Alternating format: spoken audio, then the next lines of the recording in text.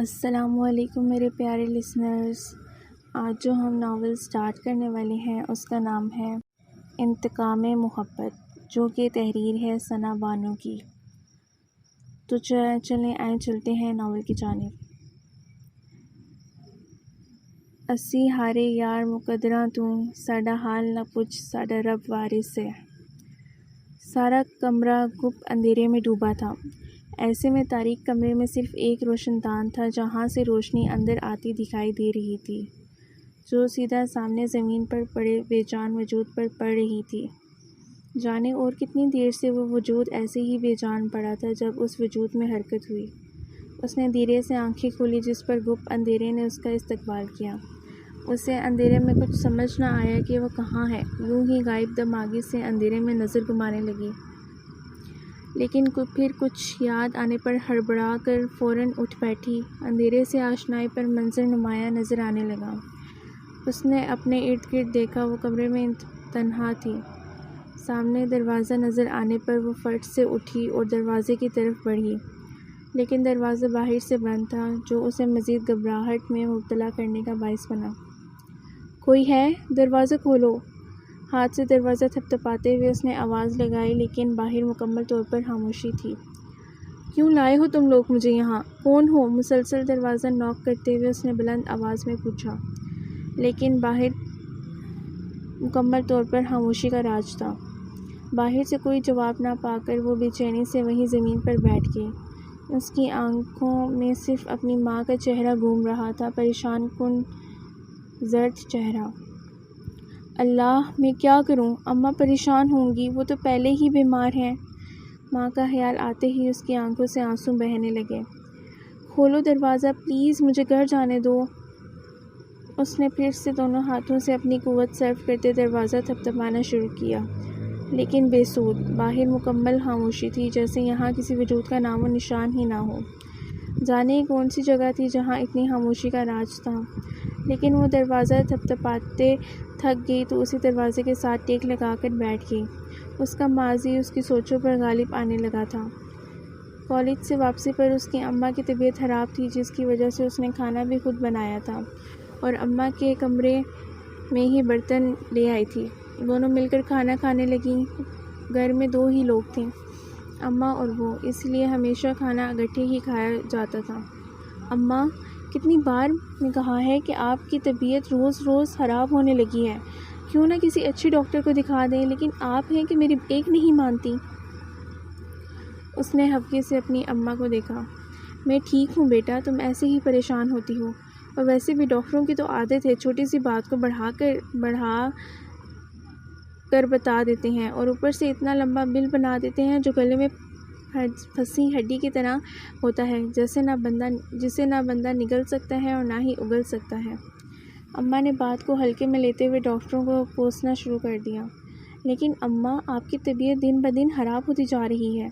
اس کے لہجے سے فکرمندی عیاں تھی۔ نہیں، میں ٹھیک ہوں، تم میری اتنی فکر نہ کیا کر۔ اماں کو پتہ تھا وہ کتنی محبت کرتی ہے ان سے۔ کیسے نہ کروں اماں؟ ایک آپ ہی تو ہیں جس کے لیے میں جیتی ہوں، آپ کے سوا میرا اس دنیا میں کون ہے؟ اس نے اماں کو محبت پاش نظروں سے دیکھتے کہا۔ ہاں، پر میں ٹھیک ہوں، کچھ نہیں ہوا مجھے۔ اچھا، اب برتن اٹھا لے۔ اماں کے بات بدل دینے پر وہ خاموشی سے کھانے کے برتن سمیٹنے لگی۔ شام کو وہ اماں کے کمرے میں بیٹھی پڑھ رہی تھی جب اماں کی ایک دم طبیعت خراب ہو گئی۔ اس کو سمجھ نہ آیا کہ وہ کیا کرے۔ وہ جلدی سے اپنے پڑوس کی حالہ بی کو بلا لائی اور حالہ بی کی مدد سے اماں کو ہاسپٹل لے آئی تھی۔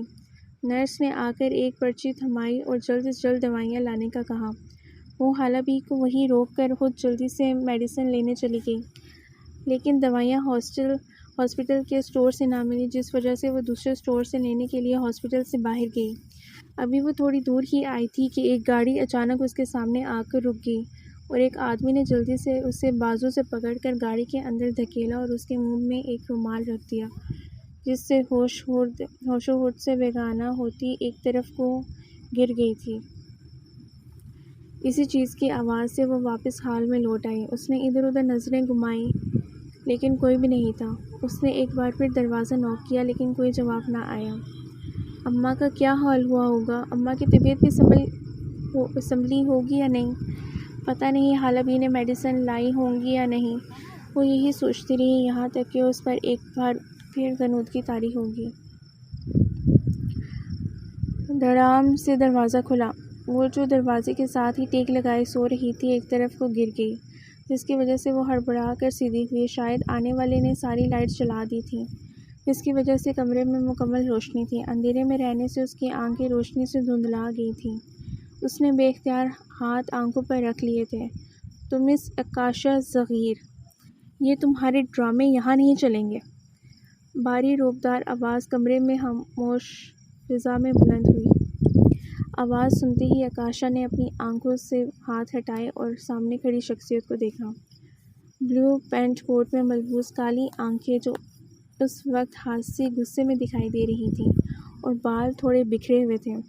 وہ اس وقت نیچے زمین پر بیٹھی آکاشا کو ہی دیکھ رہا تھا۔ کون ہو تم؟ قدرے انجان شخص کو سامنے دیکھ کر اس کے چہرے کا رنگ فک ہوا تھا۔ میں کون ہوں؟ سامنے کھڑے شخص نے غصے سے اپنی طرف انگلی سے اشارہ کرتے استفسار کیا۔ اوہ، تو تم مجھے نہیں جانتی؟ نہیں، کون ہو تم؟ آکاشا سامنے شخص کو غصے میں دیکھ کر گھبرا گئی۔ میں کون ہوں؟ میں وہ ہوں جس کی بہن تمہاری وجہ سے زندگی اور موت کی کشمکش میں ہے۔ میں وہ ہوں جس کی بہن کو تم نے موت کی طرف دھکیلا ہے۔ سامنے کھڑا شخص غصے سے نیچے بیٹھی آکاشا کی طرف دیکھتے ہوئے گھبرا اٹھا۔ دیکھو، تمہیں کوئی غلط فہمی، آکاشا نے گھبراتے ہوئے کہنا چاہا۔ غلط فہمی؟ مائی فٹ! اس شخص نے غصے سے اٹھتے ہوئے پاس پڑے اسٹول کو پاؤں کی زد سے ٹھوکر مارتے ہوئے دور کیا۔ اگر میری بہن کو کچھ بھی ہوا تو یاد رکھنا اسی زمین کے اندر تمہیں زندہ گاڑ دوں گا۔ اس نے واپس بیٹھتے آکاشا کے بازو میں اپنے پنجے گاڑتے ہوئے انتہائی نفرت کا مظاہرہ کیا۔ میں نہیں جانتی کون ہے تمہاری بہن۔ آکاشا کی گھبراہٹ سے جان پر بن آئی۔ ٹھاک کی آواز کے ساتھ ایک زوردار تھپڑ آکاشا کے منہ پر پڑا جس کی وجہ سے وہ ایک طرف کو گر گئی تھی۔ جھوٹ بولتی ہو!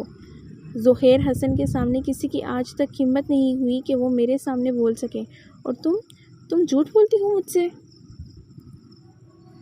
ظہیر حسن واپس آکاشا کو بازو سے پکڑ کر سیدھا کرتے دوڑا، لیکن آکاشا کی تو آنکھوں کے سامنے اندھیرا سا چھا گیا، جس کی وجہ سے وہ ظہیر حسن کے ہاتھوں سے پھسلتی چلی گئی۔ ظہیر حسن نے کسی ناپسندیدہ چیز کی طرح آکاشا کو ایک طرف کو دھکیل دیا اور خود لمبے لمبے ڈگ ورتا باہر کی طرف بڑھ گیا۔ 2 دن ہو گئے تھے اسے یہاں اس کمرے میں قید ہوئے۔ ظہیر حسن اس دن کے بعد سے واپس نہیں آیا تھا۔ اماں پتہ نہیں کیسی ہوں گی، یا اللہ پاک پلیز میری اماں ٹھیک ہوں۔ آکاشا کے لبوں پر اپنی ماں کے لیے دعائیں ہی دعائیں تھیں۔ یہ لو کھانا کھا لو۔ ایک لڑکی اندر آئی اور کھانے کی ٹرے آکاشا کے سامنے رکھتے ہوئے کہا اور جانے کو پلٹ گئی۔ سنو پلیز، میری بات سنو۔ آکاشا لڑکی کو دیکھتے ہی اس کی طرف بھاگ کر آئی۔ پلیز مجھے یہاں سے جانے دو، میری اماں ہاسپٹل میں ہے، پلیز۔ آکاشا کی آنکھوں سے بات کرتے آنسو بہنے لگے۔ اس لڑکی نے کوئی جواب نہ دیا اور جانے کو واپس مڑ گئی۔ دیکھو میری بات سنو، پلیز مجھے جانے دو، آکاشا نے روتے ہوئے التجا کی، لیکن وہ لڑکی انسنی کرتی باہر کی طرف بڑھ گئی اور دروازہ بند ہونے کی آواز کے ساتھ ہی آکاشا کی امید بھی ختم ہو گئی اور وہ وہیں بیٹھی رونے لگی۔ کہاں جا رہے ہو ظہیر؟ وہ جو تیز قدموں سے تنے ہوئے اعصاب کے ساتھ ہاسپٹل سے باہر جا رہا تھا، جب پیچھے سے آنے والی آواز پر رک گیا اور مڑ کر آواز دینے والے کو دیکھا تو اس کے تنے ہوئے اعصاب خود بخود ڈھیلے پڑ گئے۔ کہیں بھی نہیں مما، میں بس ابھی آتا ہوں، ظہیر نے نرمی سے عائشہ بیگم کی طرف دیکھتے ہوئے کہا۔ کیا کہا ڈاکٹر نے؟ عائشہ بیگم نے ظہیر کی طرف آتے فکر مندی سے پوچھا۔ کچھ نہیں مما، آپ ٹینشن نہ لیں، خدیجہ کو کچھ نہیں ہوگا، وہ جلد ٹھیک ہو جائے گی، اس نے عائشہ بیگم کو تسلی دینی چاہی، جس پر وہ محض سر ہلا کر رہ گئیں۔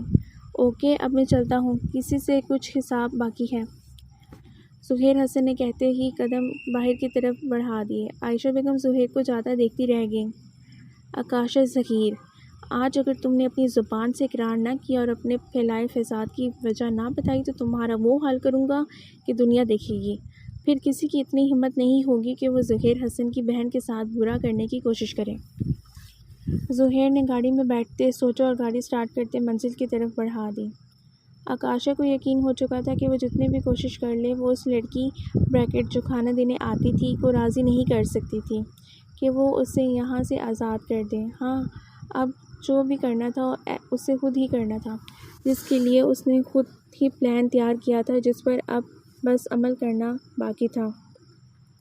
بس اب جلدی سے وہ لڑکی آ جائے جو کھانا دیتی ہے۔ آکاشا ادھر سے ادھر ٹہلتے ہوئے سوچ رہی تھی جب دروازے کا لاک کھولنے کی آواز آئی، جس پر وہ چوکنا ہو گئی۔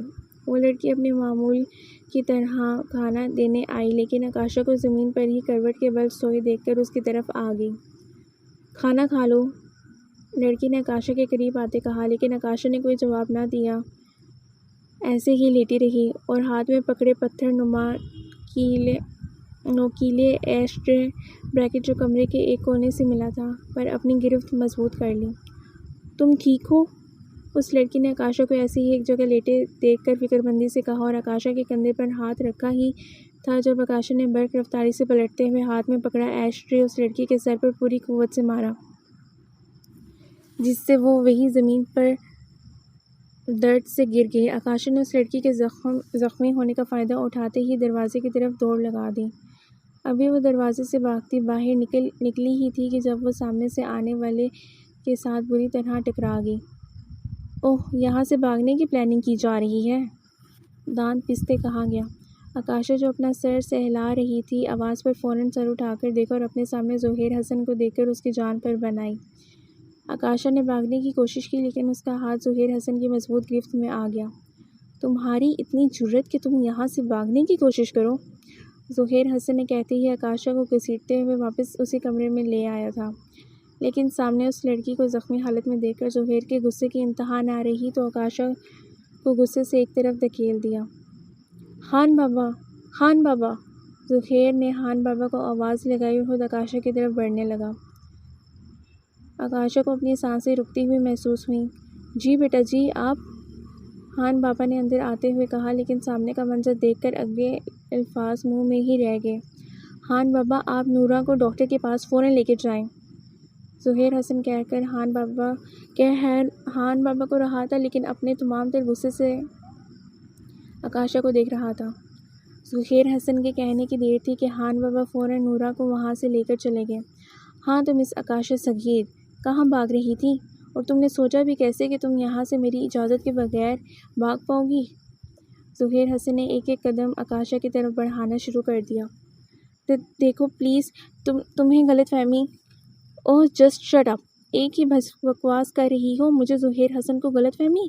تم یہ اپنی بکواس کسی اور کے سامنے کرنا۔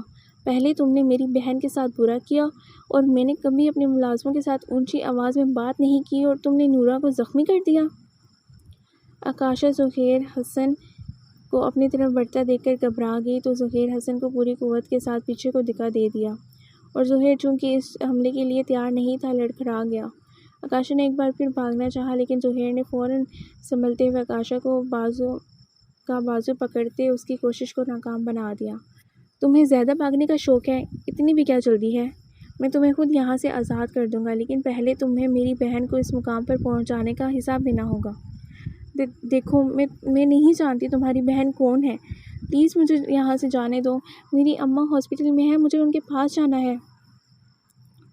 آکاشا نے روتے ہوئے التجا کی۔ اچھا ہے، جیسے میں اپنی بہن کو اس حال میں دیکھ کر تڑپتا ہوں تم بھی اپنی ماں کے لیے ایسے ہی تڑپو گی، تمام تر بے روحی کے ساتھ زہیر حسن نے کہا۔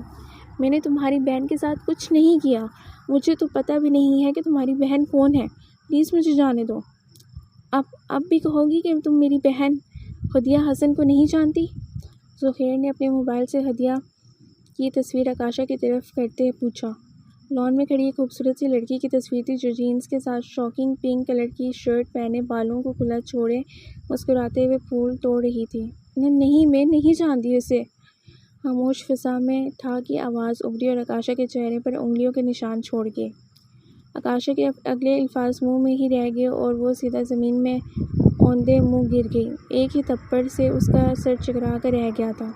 یہ تھپڑ تمہارے پھر سے جھوٹ بولنے پہ، زہیر حسن نے کہا اور آکاشا کے پاس زمین پر بیٹھے اس کے اس کے چہرے کو اپنے دائیں بائیں ہاتھ سے پکڑتے سیدھا کیا۔ میں تم سے رعایت برت رہا ہوں لیکن ایسے نہیں ماننے والی۔ اب میں تمہیں بتاتا ہوں کہ سچ کیسے بولتے ہیں۔ اور زہیر کی بات کال آنے پر ادھوری رہ گئی۔ زہیر نے اپنے بائیں ہاتھ سے کوٹ کی جیب سے موبائل پکڑتے کان سے لگایا۔ جی ماما کیا؟ میں ابھی آ رہا ہوں، آپ پریشان نہ ہوں۔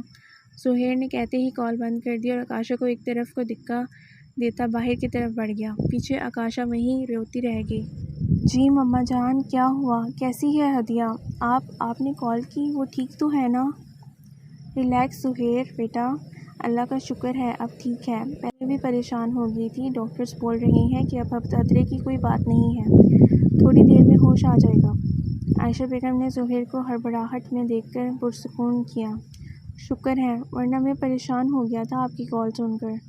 زہیر نے گہری سانس فضا میں خارج کرتے کہا۔ زہیر بیٹا تم کہاں گئے تھے؟ جانے کیوں عائشہ کو زہیر کا بغیر کچھ بتائے جانا کھٹک رہا تھا، کیونکہ ایسا بھلا کیسے ہو سکتا ہے کہ زہیر ہدیہ کو زندگی اور موت کی کشمکش میں چھوڑ کر کہیں چلا جائے؟ کچھ نہیں ماما، بس کچھ کام تھا۔ خیر اب ہماری ہدیہ ٹھیک ہو گئی ہے، بس اب جلد از جلد گھر چلیں گے۔ ہم ترس گئے تھے ہدیہ کی آواز سننے کو۔ زہیر نے بات بدل دی تو عائشہ بیگم نے بھی پھر کبھی پر چھوڑ کر مزید نہ کریدا۔ سر آپ کی پیشنٹ کو ہوش آ گیا ہے، آپ لوگ مل لیں۔ زہیر اور عائشہ بیگم ہدیہ کے روم کے باہر باتیں کر رہے تھے جب ایک نرس نے باہر آتے ہوئے کہا اور دونوں روم کی طرف بڑھ گئے۔ میری بیٹی، میری جان کیسی ہے؟ عائشہ بیگم نے ہدیہ کو ہوش میں آتے دیکھ کر اس کے قریب آتے پوچھا۔ ہدیہ نے اپنی حرکت کو یاد کرتے شرمندگی سے نظریں چرا لیں۔ بیٹا بتاؤ اب کیسی ہو؟ میں ڈاکٹر کو بلاؤں؟ میں ٹھیک ہوں مما، ہدیہ نے اٹھتے ہوئے کہا۔ عائشہ بیگم نے ہدیہ کے پیچھے تکیہ رکھ دیا جس سے ہدیہ ٹیک لگاتے بیٹھ گئی۔ عائشہ بیگم ہدیہ سے باتیں کرنے لگیں۔ بھائی آپ کیوں چپ ہیں؟ مجھے پتہ ہے آپ مجھ سے ناراض ہیں، پر پلیز بھائی بات تو کریں نا۔ ہدیہ نے کافی دیر زہیر کو خاموش پا کر کہا۔ ماما جان میں یہاں کسی کو نہیں جانتا، بہتر ہے کہ مجھے کوئی مخاطب نہ کرے، یہی بہتر ہوگا۔ زہیر نے عائشہ بیگم کو مخاطب کرتے کہا۔ پلیز سوری بھائی، آپ ناراض نہ ہوں، آئی ایم ریئلی سوری۔ ہدیہ کو زہیر کا ناراض ہونا شرمندگی میں مبتلا کر گیا تھا۔ ایسے کرتے ہیں؟ تمہیں پتہ ہے ہم کتنے اپسیٹ ہو گئے تھے، اپنا نہیں تو میرا اور مما کا ہی خیال کر لیا ہوتا، پر نہیں، تمہیں تو ہماری پرواہ ہی کب رہی ہے؟ کیا سوچ کر تم نے اتنا بڑا قدم اٹھایا؟ اچھا اب ہماری بیٹی بول تو رہی ہے سوری۔ اب تم بھی زہیر بیٹا اپنی ناراضگی چھوڑ دو، اب ٹھیک ہو گئی ہے ہدیہ، بس ناراضگی ختم کرو۔ عائشہ بیگم نے زہیر کے غصے سے ہائف ہوتے کہا۔ اب ٹھیک ہو گئی ہے لیکن کیا گارنٹی ہے کہ یہ آئندہ ایسا نہیں کرے گی؟ اسے ہماری ناراضگی کی بھی کوئی پرواہ نہیں ہے مما، ہم خود وہاں اس کی چھوٹی چھوٹی بات کے لیے پاگل ہوتے ہیں۔ زہیر کی ناراضگی کسی طور کم ہونے کا نام نہیں لے رہی تھی۔ آئی ایم سوری بھائی، پلیز آئندہ نہیں کروں گی، پلیز بھائی۔ بات کرتے کرتے ہدیہ کے آنسو بہنے لگے۔ اچھا اب تم غصہ چھوڑو، کیوں رلا رہے ہو میری بیٹی کو؟ عائشہ بیگم سے ہدیہ کے آنسو برداشت نہ ہوئے تو خفگی سے زہیر کو ٹوکا۔ نہیں مما آپ رہنے دیں، اگر اس کے نظر میں ہماری کوئی اہمیت ہوتی تو کبھی بھی ایسا نہ کرتی۔ اچھا نا بیٹا اب سوری بول رہی ہے تو تم بھی ناراضگی چھوڑو، بات ختم کرو۔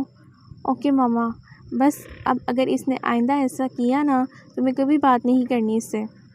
سوری بھائی میں واقعی شرمندہ ہوں، مجھے سوسائڈ کرنے کی کوشش نہیں کرنی چاہیے تھی، مجھے آپ کا اور مما کا سوچنا چاہیے تھا، پر میں بھی کیا کرتی، مجھے سمجھ نہیں آ رہا تھا کہ میں کیا کروں۔ بات کرتے ہدیہ کے آنسوں میں روانگی آ گئی۔ اوکے بس ابھی اس ٹاپک پر بات نہیں ہوگی، تم ریلیکس رہو، ابھی تمہیں آرام کی ضرورت ہے۔ زہیر نے ہدیہ کو مزید روتے دیکھ کر نرمی سے کہا۔ میری بیٹی روتی ہوئی نہیں، ہنستی ہوئی مسکراتی اچھی لگتی ہے۔ عائشہ بیگم نے ہدیہ کے آنسو صاف کیے۔ اوکے آپ لوگ باتیں کریں، میں ڈاکٹر سے بات کر کے آتا ہوں۔ زہیر کہتے ہوئے باہر چلا گیا تو عائشہ بیگم اور ہدیہ باتیں کرنے لگیں۔ ارے یار تم کہاں جا رہے ہو؟ اتنے دنوں بعد یونیورسٹی آئے ہو، سب ٹھیک ہے نا؟ وہ گاڑی سٹارٹ کر رہا تھا جب سامنے سے آتے راہیل نے پوچھا۔ ٹھیک ہی تو نہیں کچھ، خیر میں گھر جا رہا ہوں، میں یہاں بس ہدیہ کو دیکھنے آیا تھا لیکن وہ آج بھی یونیورسٹی نہیں آئی۔ ہاں پتہ نہیں کیا بات ہے، 3-4 روز سے نہیں آ رہی، تمہیں تو پتہ ہوگا کہ وہ کیوں لیو پر ہے۔ کیا 3-4 روز سے نہیں آئی؟ ایسا پہلے تو کبھی نہیں ہوا کہ وہ اتنے دن لیو پر ہو، کوئی مسئلہ نہ ہوا ہو؟ جو وہ یونیورسٹی نہیں آ رہی۔ پتہ نہیں کیا ہوا ہوگا، مجھے لگا شاید تمہیں پتہ ہوگا۔ تمہارا ہدیہ سے رابطہ ہے نا؟ نہیں، میری اس سے کتنے دن سے بات نہیں ہوئی، اپنی الجھن میں الجھا ہوا ہوں، جس کی وجہ سے رابطہ نہیں ہو پایا میرا۔ اچھا، تم فکر نہیں کرو، ابھی پھر کال کر کے دیکھ لو، کیا پتہ رابطہ ہو جائے۔ یار راحیل، میں اس سے کال کر رہا ہوں لیکن اس کا نمبر مسلسل بند جا رہا ہے۔ وہ جھنجھلا گیا تھا۔ تو ریان، تم ایسا کرو کہ اس کے گھر چلے جاؤ، وہاں سے پتہ چل جائے گا، یا تم جمل سے پوچھ لو، ہو سکتا ہے اسے کچھ پتہ ہو۔ راحیل نے مشورہ دیتے ہوئے کہا۔ دیکھتا ہوں۔ اوکے، اب میں چلتا ہوں، تمہیں کچھ پتہ چلے تو مجھے بھی انفارم کرنا۔ ریان نے راحیل سے کہا اور گاڑی یونیورسٹی سے باہر کی جانب دوڑا دی۔ اللہ جانے کہاں ہے یہ لڑکی، بندہ ایک کال کر کے بتا دیتا ہے، پہلے ہی حالہ کی طرف سے پریشان ہوں، اور اب یہ لڑکی بھی جانے کہاں غائب ہو گئی ہے۔ ریان نے پریشانی سے گاڑی ڈرائیو کرتے سوچا اور گاڑی گھر کی جانب دوڑا دی۔ ہدیہ کو اسی دن ہاسپٹل سے ڈسچارج کر دیا گیا تھا، تب سے وہ اپنے روم میں یوں ہی بند تھی۔ عائشہ بیگم بھی کئی چکر لگا چکی تھی لیکن وہ اپنے کمرے سے باہر نہیں نکلی تھی۔ ارے میری گڑیا کیا کر رہی ہے؟ زہیر، جو ہدیہ کے روم کے باہر سے گزر رہا تھا، ادھکھلے دروازے سے ہدیہ کو بیڈ کے ساتھ ٹیک لگائے چھت کو گھورتے دیکھا تو اندر آ گیا۔ کچھ نہیں بھائی، بس ایسے ہی، ہدیہ نے سیدھے ہوتے ہوئے کہا۔ کل سے تم ڈسچارج ہو کر آئی ہو اور ابھی تک کمرے میں بند ہو، ماما کے پاس بیٹھو، ان سے باتیں کرو، یہاں اکیلی بیٹھی رہو گی تو بور ہو جاؤ گی، چلو اٹھو شاباش۔ زہیر کا انداز ایسا تھا جیسے ہدیہ کوئی چھوٹی بچی ہو۔ ہدیہ کو زہیر حسن کی محبت دیکھ کر اپنی غلطی کا ایک بار پھر شدت سے احساس ہوا تو اس کی آنکھوں سے آنسو بہنے لگے۔ ارے میری گڑیا کیوں رو رہی ہے؟ کیا ہوا مجھے بتاؤ، کسی نے کچھ کہا ہے؟ زہیر نے ہدیہ کی آنکھوں میں آنسو دیکھ کر فوراً تفکر سے پوچھا۔ بھائی میں سوسائڈ نہیں کرنا چاہتی تھی، پر میں کیا کرتی، مجھے کوئی آپشن نظر نہیں آ رہا تھا، ہدیہ نے رونے کے دوران کہا۔ تو زہیر حسن سے ہدیہ حسن خاموشی سے ہدیہ حسن کو دیکھتا رہا، کیونکہ وہ چاہتا تھا کہ ہدیہ کے دل میں جو بھی بات ہے وہ کھل کر بتا دے اور خود کو اس ذہنی اذیت سے آزاد کرے۔ بھائی آپ جانتے ہیں نا، میں ریان ارسلان سے محبت کرتی ہوں، لیکن وہ ریان کو پسند کرتی ہے، وہ کہتی ہے میں ریان اور اس کے درمیان آئی ہوں، اگر میں نہ ہوتی تو ریان اور اس کے درمیان جھگڑا نہ ہوتا، اس نے کہا کہ میں مر جاؤں، اس طرح ان دونوں کے بیچ سے ہٹ جاؤں گی، کیونکہ ریان مجھے پسند نہیں کرتا، وہ اسے پسند کرتا ہے۔ بھائی میں ریان کے بغیر کیسے رہ سکتی ہوں؟ پھر مجھے لگا کہ کسی ایک کو تو اس کی محبت مل جائے، ریان کو وہ لڑکی مل جائے، لیکن پھر میں زندہ کیسے رہتی ریان کے بغیر؟ تو میں نے، ہدیہ نے روتے ہوئے ہچکیوں کے درمیان کہا، بس میری جان، میری گڑیا، تمہارا بھائی ہے نا، ریان سے تم محبت کرتی ہو تو بس ریان تمہارا ہے، لیکن بھائی وہ لڑکی اور ریان، چھوڑو اس لڑکی کو، اسے میں دیکھ لوں گا، ریان تمہارا ہی رہے گا۔ لیکن بھائی اگر ریان نہ مانا تو؟ اگر اس نے مجھے چھوڑ کر اس لڑکی سے شادی کر لی، کیونکہ وہ بھی تو اسے پسند کرتا ہے بھائی، اس کی تم فکر نہیں کرو، میں ہوں نا، ایسا بھلا میں ہونے دوں گا کہ میری بہن کسی کو پسند کرے اور وہ اس سے محروم رہے؟ بس سب چھوڑو، تمہاری شادی تو ریان سے ہی ہوگی، ریان کی دلہن تم ہی بنو گی۔ آخری بات زہیر نے ہدیہ کو شرارت سے دیکھتے ہوئے کہا۔ کیا بھائی واقعی ایسا ہو سکتا ہے؟ ایسا ہی ہوگا نا؟ ہدیہ نے امید بھری نگاہوں سے زہیر کو دیکھا۔ ایسا ہی ہوگا، تمہارے بھائی کے ہوتے ہوئے تمہیں فکر کرنے کی ضرورت نہیں ہے۔ تھینک یو سو مچ بھائی۔ زہیر کی بات سنتے ہی ہدیہ خوشی سے زہیر کے گلے لگ گئی۔ خوش رہو اور ایسے ہی ہنستی مسکراتی رہا کرو، زہیر نے ہدیہ کے سر پر ہاتھ رکھتے ہوئے کہا۔ میں اپنی بہن کی خوشیوں کے لیے کچھ بھی کر سکتا ہوں، اگر میری بہن کی خوشی ریان سے ہے تو اسے یہ خوشی ملنے سے کوئی بھی نہیں روک سکتا۔ آکاشا ظہیر، تم بھی نہیں۔ آکاشا ظہیر، تمہارے ایک ہی بات کے اقرار سے مجھے بھی لگا شاید مجھے غلط فہمی ہو، لیکن نہیں، اب تمہیں تمہارے جھوٹ کا بھگتان بھگتنا ہی پڑے گا۔ زہیر گہری سوچ میں گم آگے کا لاہے عمل تیار کرنے لگا۔ کمرے میں بلب کی ہلکی پھیلی روشنی تھی، پورے کمرے میں ایک بھی کھڑکی نہیں تھی، سارا کمرہ خالی تھا، بس ایک جگہ زمین پر چھوٹے سائز کا بیڈ اور اس کے ساتھ ٹیبل پر پانی اور گلاس پڑا تھا، اور اس کمرے کے ساتھ ایک اٹیچ واش روم تھا، اور وہ سامنے ایسی ہی دیوار کے ساتھ ٹیک لگائے آنکھیں موندے بیٹھی تھی۔ اب اس کو اس کمرے کی ایک ایک چیز حفظ ہو چکی تھی۔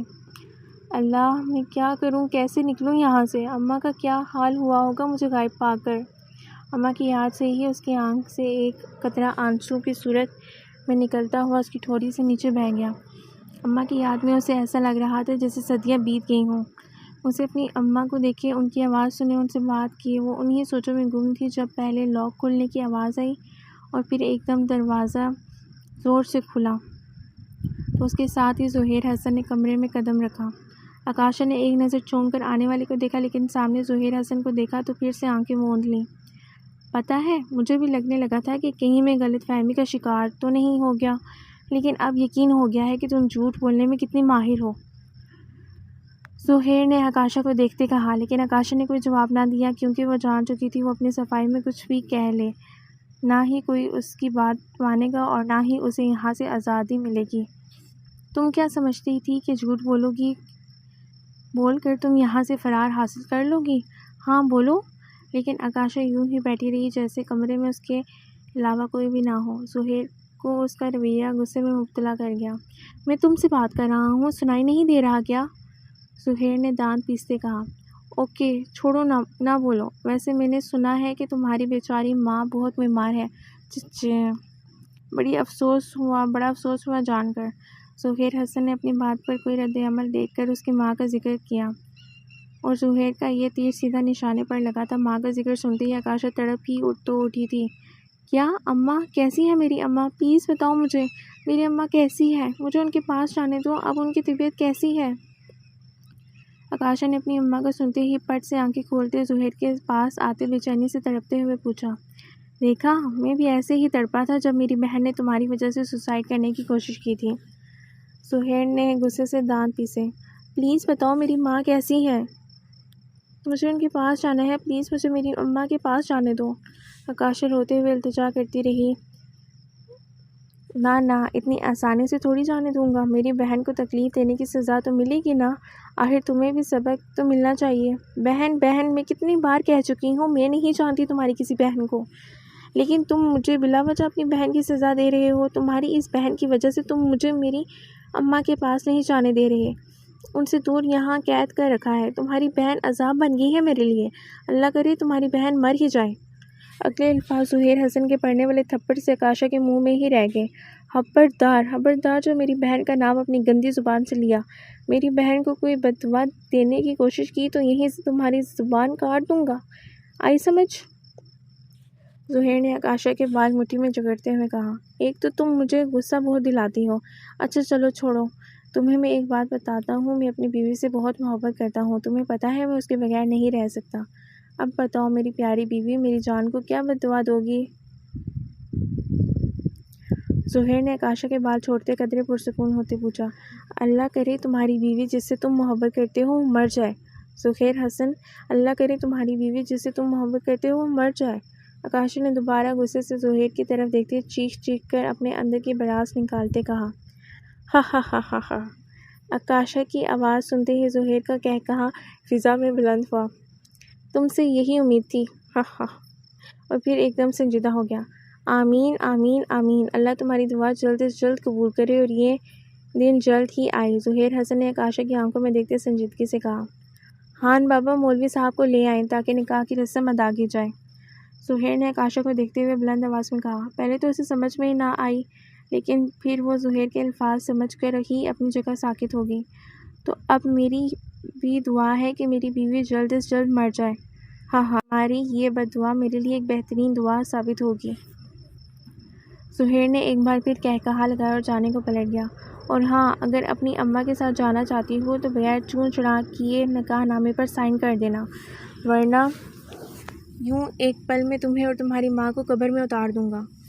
تمہارے پاس کوئی آپشن نہیں ہے، جتنا تم سوچو گی اتنا نقصان تمہارا ہوگا، آئی سمجھ؟ ظہیر نے واپس پلٹتے غصے سے دھمکی دیتے ہوئے کہا۔ اگر میں انکار کر دوں تو؟ آکاشا کی آواز پر اس کے قدم تھم گئے۔ تو شاید تم نے سنا نہیں کہ تمہیں اور تمہاری ماں کو قبر میں اتار دوں گا۔ ظہیر حسن، اپنے انتقام میں تم نے آگے بھی نہ بڑھو کہ جب تم پیچھے مڑ کر دیکھو تو تمہارے لیے صرف پچھتاوے رہ جائیں۔ محبت، جنگ اور انتقام میں جب ایک بار آگے بڑھ جائیں تو کچھ بھی یاد نہیں رہتا، اور ظہیر اپنے فیصلوں پر پچھتاتا نہیں ہے۔ یہ انتقام کی آگ کہیں تمہیں یہ جلا کر خاک نہ کر دے۔ جس آگ میں تم مجھے جلا رہے ہو کہیں یہ کسی اور کی لگائی ہوئی نہ ہو اور بعد میں یہ آگ، یہ تڑپ تمہارے مقدر میں لکھ دی جائے۔ تم اپنی ان باتوں میں ظہیر حسن کو نہیں پھانس سکتی۔ میں کوئی بھی کام آنکھیں بند کر کے نہیں کرتا۔ تم میری فکر چھوڑو، بس اپنی فکر کرو اور نکاح نامے پر خاموشی سے سائن کر دینا، ورنہ تمہیں اندازہ تو ہو گیا ہے کہ میں اپنی بہن کے لیے کچھ بھی کر سکتا ہوں۔ اگر میں ہاں کر دوں گی تو تم مجھے یہاں سے جانے دو گے نا، میری اماں کے پاس؟ ہاں، تمہارے نکاح کرتے ہی تمہیں اس قید سے رہائی مل جائے گی۔ ظہیر حسن اپنا کہا پورا کرے گا اور تمہیں چھوڑ دیا جائے گا۔ ظہیر اپنی بات مکمل کرتا باہر چلا گیا۔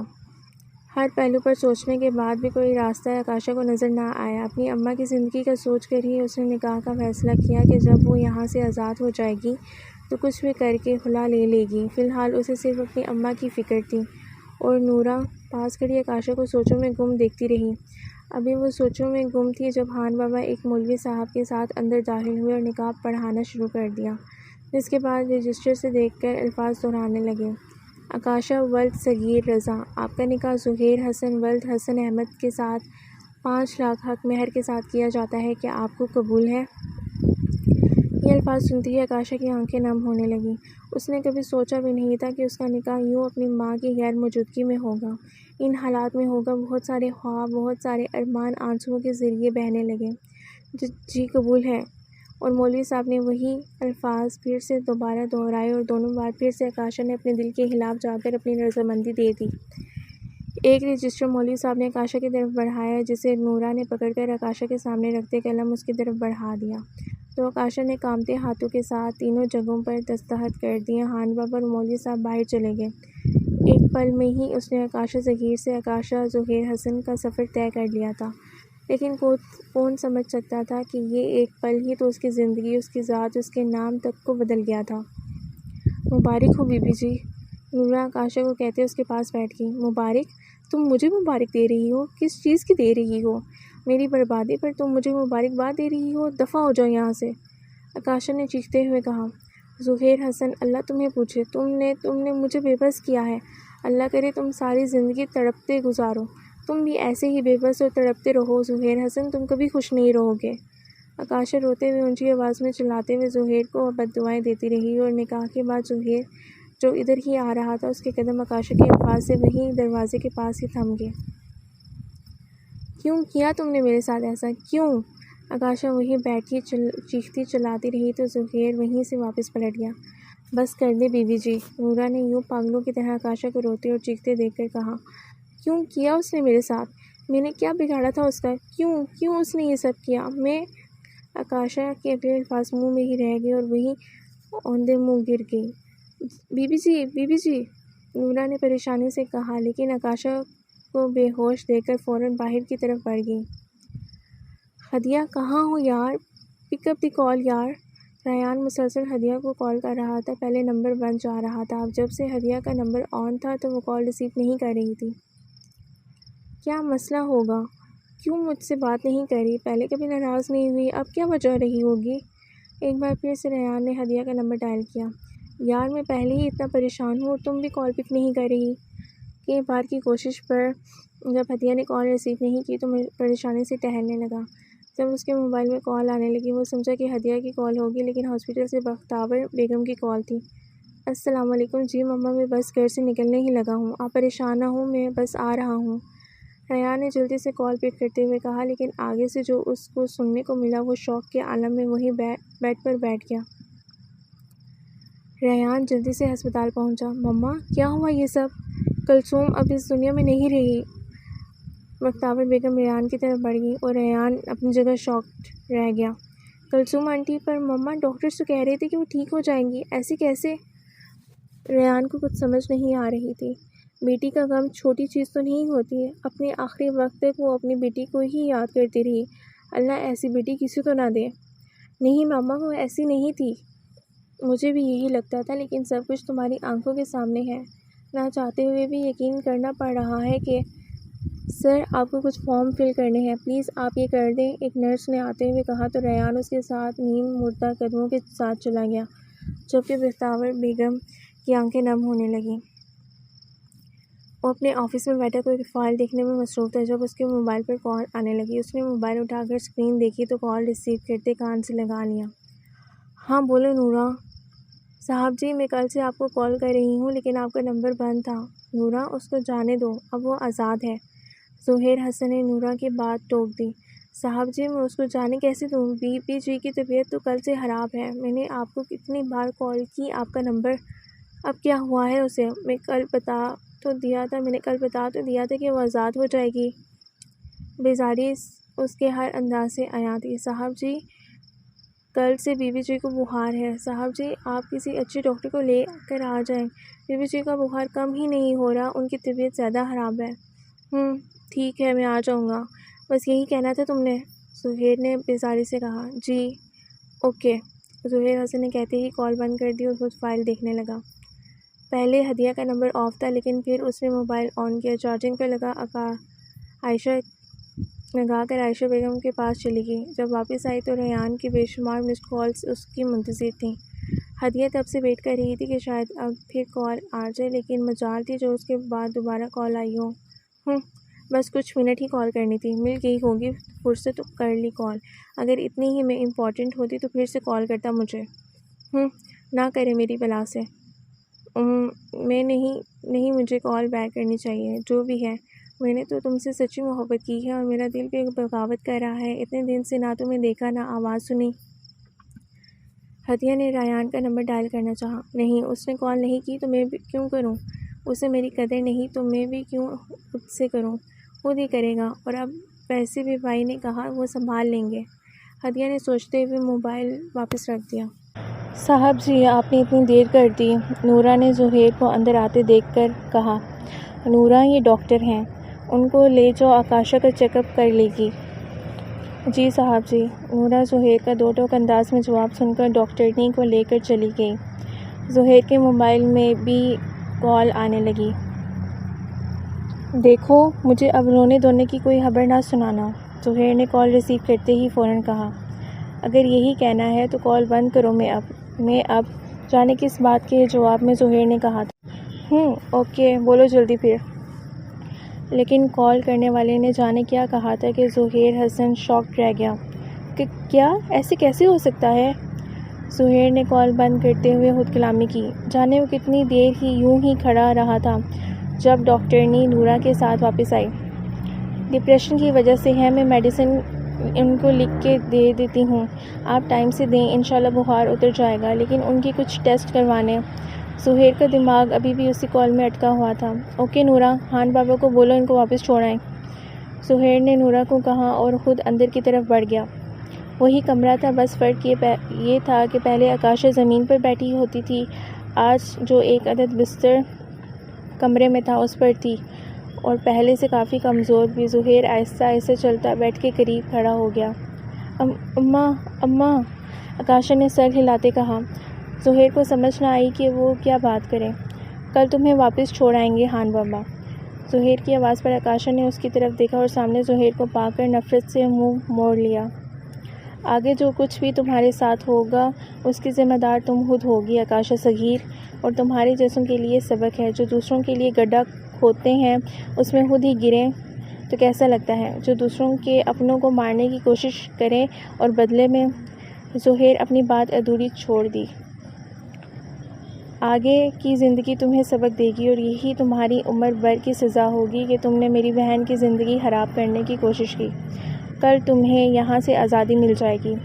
زہیر اپنی بات مکمل کرتے ہی باہر چلا گیا تو آکاشا کی آنکھوں سے اپنی ماں کی یاد میں آنسو نکل پڑے کہ وہ ان کو دیکھ پائے گی، اور زہیر حسن کے لیے بد دعائیں نکلنے لگیں، جس نے اپنے انتقام کی آگ میں اسے اس کی ماں سے دور کر دیا تھا۔ وہی گرمیوں کے دن تھے، ہر طرف تپتی دھوپ کا راج تھا، سڑک میں ٹریفک نہ ہونے کے برابر تھی۔ ایسے میں ایک بلیک کلر کی گاڑی سڑک کنارے رکی اور ایک وجود گاڑی سے اترتا دکھائی دیا۔ یہ وہی جگہ اور وہی گاڑی تھی جو کچھ دن پہلے جس خاموشی کے ساتھ اسے یہاں سے اٹھا کر لے کے گئی تھی، آج واپس اسی خاموشی کے ساتھ اسے اس کی منزل تک پہنچا کر آگے کی جانب بڑھ گئی۔ وہ بھی تیز تیز قدموں سے آگے کی جانب بڑھنے لگی۔ آکاشا کی طبیعت ٹھیک ہوتے ہی زہیر حسن نے اپنا وعدہ پورا کیا اور آکاشا کو اس کی قید سے رہا کر دیا گیا۔ آکاشا کو جہاں سے اٹھایا گیا تھا خان بابا اسے وہیں اتار کر چلے گئے تو آکاشا بھی اپنی ماں کو دیکھنے کو بےتاب جلدی سے اسی ہاسپٹل کی طرف تیز تیز قدم بڑھانے لگی۔ اس نے سارا کمرہ دیکھ لیا لیکن وہ خالی تھا۔ خالی کمرے کو دیکھ کر اس کے اندر کا انتشار بڑھنے لگا۔ یہاں اس کمرے میں میری اماں تھیں، اب کہاں ہیں؟ آکاشا نے بے چینی سے ایک نرس سے پوچھا جو ابھی اندر آئی تھی۔ اچھا وہ بوڑھی عورت، اس کو تو ابھی ڈسچارج کر دیا گیا۔ یہ سنتے ہی آکاشا کی جان میں جان آئی کہ اس کی اماں ٹھیک ہیں۔ اوکے شکریہ، اس نے کہا اور کمرے سے باہر چلی گئی۔ شکر ہے میرے اللہ کہ میری ماں ٹھیک ہے۔ آکاشا اپنے واہموں کے غلط ہونے پر دل ہی دل میں اللہ کا شکر ادا کرتی ہاسپٹل کے باہر آئی اور سامنے سے آتا ایک رکشہ روکا اور رکشے والے کو ایڈریس بتاتے رکشے میں سوار ہو گئی۔ شام کا وقت تھا جب ریان اور بختیور اپنے گھر واپس لوٹ آئے۔ ریان کچھ اپسیٹ تھا، اس کا دل اس حقیقت کو قبول نہیں کر پا رہا تھا۔ مما، آپ کو نہیں لگتا کہ ہمیں 1-2 دن اور ویٹ کرنا چاہیے تھا؟ ویٹ کر کے بھی کیا کر لیتے؟ کلثوم کو موت تو سکون کی نصیب نہ ہوئی، اب کیا اس کی میت کو بھی بے سکون کرتے؟ ہمیں ابھی کلثوم آنٹی کے گھر رکنا چاہیے تھا مما، کیا پتہ اگر اسے واپس آنا ہی ہوتا تو وہ اپنی بیمار ماں کو یوں مرتے چھوڑ کر بھاگ نہ جاتی۔ بختیور بیگم نے ریان کی بات کاٹتے ہوئے کہا، نہیں ماما، میرا دل نہیں مانتا، ہم دونوں ایک دوسرے کو کافی اچھے سے جانتے ہیں، ایک دوسرے کو سمجھتے ہیں، وہ مجھ سے کوئی بات نہیں چھپاتی مما، وہ ایسی نہیں ہے مما، ضرور کچھ غلط ہوا ہے اس کے ساتھ۔ دیکھو بیٹا، جو بھی ہے، پر اب اس بات کو اچھالنے کا کیا فائدہ، الٹا بدنامی ہی ہوگی، پہلے کیا کم ہوئی ہے؟ ماما، اب کیا ہم بدنامی کے ڈر سے یوں ہی بیٹھے رہیں گے؟ اگر وہ کسی مشکل میں ہوئی تو پھر آنٹی کے علاوہ اس کا اس دنیا میں ہے ہی کون؟ اب تو آنٹی بھی اس دنیا میں نہیں رہی، ہمارے ساتھ اس نے اپنی زندگی کا ایک ایک لمحہ گزارا ہے، ہم جانتے ہیں وہ ایسی نہیں ہے۔ ٹھیک ہے، ہم اسے جانتے ہیں، لیکن جو حالات بتا رہے ہیں اس بات کو بھی نظر انداز نہیں کیا جا سکتا۔ کلثوم اپنی بیٹی کو دیکھنے کے لیے تڑپتی رہی، یہاں تک کہ موت کے آغوش میں چلی گئی، اسے تو اپنی بیمار ماں تک کا خیال نہیں آیا۔ ماما، بعض دفعہ ایسا بھی ہوتا ہے کہ حالات جیسے دکھ رہے ہوتے ہیں ویسا ہو یہ ممکن بھی نہیں ہوتا۔ لیکن بیٹا، بختیور بیگم نے کہنا چاہا، ماما مجھے تب تک سکون نہیں آئے گا جب تک میں اس کی وجہ جان نہ لوں، کہیں انجانے میں ہی غلطی نہ کر جائیں اور بعد میں سوائے پچھتاوے کے کچھ نہ رہے۔ پلیز ماما، مجھے اپنی ایک کوشش تو کرنے دیں پلیز، ریان نے التجائیہ انداز میں کہا۔ چلو ٹھیک ہے، تم اپنی سی کوشش کر کے دیکھ لو، بختیور بیگم نے مسکراتے ہوئے کہا۔ اوکے، اب میں چلتا ہوں، میرے کچھ جاننے والے آفیسرز ہیں، آج ان سے بات کرنی تھی، ریان کہتا ہوا باہر کی جانب بڑھ گیا۔ بختیور بیگم بھی گہری سانس خارج کرتی کچن کی جانب بڑھ گئیں۔ وہ یوں ہی آفس میں بیٹھا کسی گہری سوچ میں گم تھا، جتنا وہ اپنا دھیان بٹاتا اتنا ہی اس کا دھیان اسی کال کی طرف چلا جاتا۔ چاہ کر بھی وہ اپنی سوچوں کو جھٹک نہیں پا رہا تھا، حالانکہ آج آکاشا کو بھی چھوڑ دیا تھا، وہ ان الفاظ کو بھی نہیں بھول پا رہا تھا جو رشید نے کہے تھے۔ رشید ظہیر حسن کا قابل اعتماد ملازم تھا جس کو ظہیر نے ہاسپٹل میں آکاشا کی ماں کے بارے میں جانکاری کے لیے رکھا تھا۔ وہ پل پل کی خبر سے ظہیر کو آگاہ کرتا رہا تھا، لیکن آکاشا سے نکاح کی وجہ سے وہ اتنا ڈسٹرب ہو گیا تھا کہ اس نے اپنا سیل فون ہی آف کر دیا تھا، جس کی وجہ سے رشید ظہیر حسن سے رابطہ نہیں کر پایا تھا۔ لیکن جب وہ نورا کے کہنے پر ڈاکٹر کو لے کر گیا تھا اور وہاں آنے والی کال رشید کی ہی تھی، تو اب کی بار ظہیر نے رشید کی کال بیزاری سے ریسیو کر ہی لی تھی، لیکن رشید کے کہے گئے الفاظ نے ظہیر حسن کو ڈسٹرب کر کے رکھ دیا تھا۔ وہ الفاظ اب بھی اس کے کانوں میں گونج رہے تھے۔ صاحب جی، وہ خاتون کلثوم بیگم جن کی آپ نے نگرانی کرنے کے لیے کہا تھا، کل ان کا انتقال ہو گیا ہے۔ وہ بیچاری جی اپنے آخری وقت میں بھی اپنی بیٹی کو ہی پکارتی رہی۔ خیر جی، لیکن صاحب جی میں نے تو آپ کو فوراً کال کی تھی، پہلے آپ کا نمبر بند تھا، بعد میں آپ نے کال نہیں اٹھائی جی۔ جانے رشید مزید کیا کہہ رہا تھا، ظہیر حسن کو تو بس ایک ہی بات ذہن میں ہتھوڑے برسا رہی تھی کہ کلثوم بیگم کا کل کا انتقال ہو گیا۔ اس نے شوق کے عالم میں بغیر کچھ کہے کال بند کر دی تھی۔ بے شک اس نے آکاشا کو انتقام کے لیے کڈنیپ کیا تھا، پر وہ کلثوم بیگم کی موت نہیں چاہتا تھا۔ وہ ایسا غم کسی کو نہیں دے سکتا تھا، چاہے بات اپنی بہن کے انتقام کی ہی کیوں نہ ہوتی، پر ہمارے چاہنے یا نہ چاہنے سے کیا ہوتا ہے؟ ہوتا تو وہی ہے جو اللہ چاہتا ہے۔ اب وہ چاہ کر بھی اپنی سوچ کو جھٹک نہیں پا رہا تھا، کہیں نہ کہیں وہ خود کو ذمہ دار سمجھ رہا تھا۔ اس سے بھی بڑھ کر زہیر کو ایسا لگ رہا تھا جیسے وہ آج سے 4 سال پیچھے چلا گیا ہو، جب وہ باپ کی شفقت سے محروم ہوا تھا۔ جہاں وہ آج سے 4 سال پہلے کھڑا تھا، آج وہ آکاشا کو اسی جگہ کھڑا دیکھ رہا تھا۔ سر سے شفقت بھری چادر چھین جانے کا درد کیا ہوتا ہے زہیر حسن جانتا تھا۔ آکاشا کے پاس تو صرف ماں ہی تھی، کسی نہ کسی حد تک وہ بھی قصوروار تھا۔ اف، میں بھی کیا سوچ رہا ہوں، میں اس کا ذمہ دار نہیں ہوں۔ آکاشا کو اس کے کیے کی سزا ملی ہے۔ میں نے دیکھا تھا اپنی بہن کو خون میں لت پت، جب وہ میری بہن کو سوسائڈ اٹیمپٹ کرنے کے لیے وہ فورس کرے گی تو وہ خود کیسے خوش رہ سکتی ہے؟ زہیر نے اپنا سر جھٹکا اور ٹائم دیکھا۔ دوپہر کے 1 بجے تھے۔ وہ سامنے پڑی ہوئی فائلز کو سمیٹتے ہوئے گاڑی کی چابیاں اٹھاتا باہر ریسیپشن پر موجود لڑکی کو کچھ ہدایات دیتا خود باہر کی جانب بڑھ گیا۔ آکاشا نے رکشے والے کو پیسے دیے اور خود اپنا دوپٹہ سر پر اچھے سے لیتے ہوئے جلدی سے اپنے گھر کی گلی میں داخل ہو گئی۔ یہ گلی جس میں اس نے اپنا سارا بچپن گزارا تھا، آج اجنبیت کا عنصر پیش کرتی دکھائی دے رہی تھی۔ اس گلی میں موجود لوگوں کی نگاہوں میں وہ اپنائیت، وہ محبت نہیں تھی جو وہ کالج سے گزرتے وقت ان کی نگاہوں میں دیکھتی تھی۔ آج ان نگاہوں میں آکاشا کو اپنے لیے حقارت نظر آ رہی تھی۔ آج سب کچھ بدلا ہوا محسوس ہو رہا تھا۔ اس کے چہرے سے پسینہ قطرہ قطرہ گرنے لگا۔ آکاشا نے غیر ارادی طور پر اپنا دوپٹہ سیٹ کیا اور سب کی نگاہوں کو نظر انداز کرتی اپنے گھر کی طرف بڑھتی رہی۔ اپنے گھر کے دروازے پر کھڑے ہو کر ایک اطمینان بڑا گہرا سانس لیتے دروازہ نوک کرنے لگی، لیکن اس کے ہاتھ ہلا میں ہی مقیم رہ گئے۔ دروازے پر بڑا سا تالا اس کا منہ چڑھا رہا تھا۔ آکاشا بے یقینی کے عالم میں تالے کو دیکھتی رہی۔ اماں کہاں ہوں گی؟ کہاں جا سکتی ہیں اماں؟ آکاشا پریشانی سے منہ میں بڑبڑا رہی تھی جب اس کے ذہن میں احمد کا خیال آیا۔ ہاں، خالہ بھی نے میری غیر موجودگی میں خالہ جان کو کال کی ہوگی اور احمد اماں کو اپنے ساتھ لے گیا ہوگا۔ یہ خیال آتے ہی وہ پھر سے ایک دم پرسکون ہو گئی اور خود ساتھ والے گھر کی خالہ بھی کی طرف قدم بڑھا دیے۔ ارے باجی آکاشا، تم اتنے دن سے کہاں تھی؟ آکاشا نے خالہ بی کا دروازہ نوک کیا تو خالہ بی کے پوتے 8 سالہ ٹیپو نے دروازہ کھولتے ہی سامنے آکاشا کو دیکھتے پوچھا، خالہ بی کہاں ہیں؟ دادی تو ساتھ والے گھر گئی ہیں، باجی تم اندر آ جاؤ، ٹیپو نے کہا۔ آکاشا اس کے ساتھ اندر آ گئی۔ ٹیپو آکاشا کو صحن میں بچھی چارپائی پر بٹھا کر خود باہر کھیلنے چلا گیا تو وہ ارد گرد دیکھنے لگی۔ اس گھر میں وہ اپنے بچپن میں آیا کرتی تھی، لیکن اب وہ سالوں ہوئے نہیں آئی تھی۔ جب سے آسمہ آکاشا کی دوست کی شادی ہو گئی تھی، اس نے یہاں آنا جانا بند کر دیا تھا، کیونکہ وہ ہمیشہ بشیر آسمہ کے بھائی کی نگاہوں سے حائف رہتی تھی۔ حالانکہ وہ شادی شدہ بھی تھا، لیکن پھر بھی اگر کبھی بھی کالج سے واپسی پر بشیر آکاشا کو گلی میں دیکھ لیتا تو اپنی نگاہوں سے آکاشا کو زچ کرنے سے باز نہ آتا۔ یہ گھر 4 کمروں اور ایک چھوٹے سے صحن پر مشتمل تھا۔ 3 کمرے اکٹھے تھے۔ ان کے بائیں طرف ایک چھوٹا سا کچن تھا، ان کے ساتھ ہی سامنے صحن تھا۔ صحن میں ایک چھوٹا سا واش روم تھا جس کی دیوار کے ساتھ ہی ایک چھوٹا سا شیشہ اور بیسن تھا۔